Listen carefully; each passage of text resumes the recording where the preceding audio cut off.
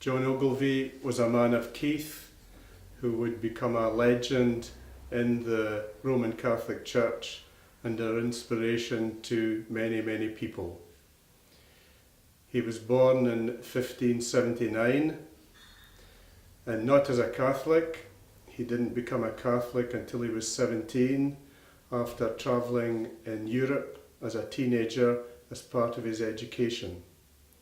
The Catholic faith was outlawed at that time in Scotland, but it was a faith that he found and was devoted to in what would be a short life.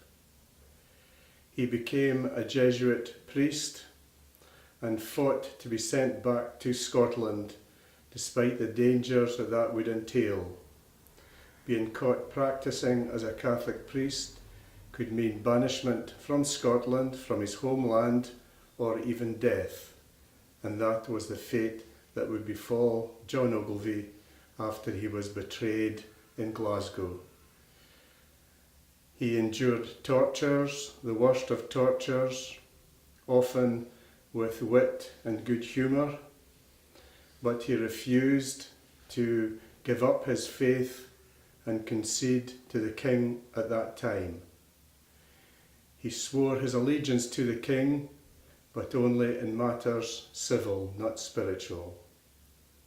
John Ogilvie was hanged in Glasgow in 1615, and his story became headline news throughout Europe at that time.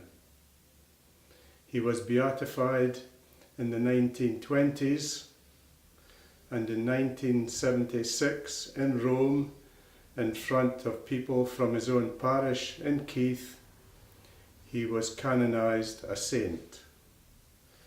We are very proud at St Thomas's of the John Ogilvie story, and it is a story that we want to share with as many people as possible, because that story is inspirational even all these years later. So please enjoy the story of John Ogilvie with us.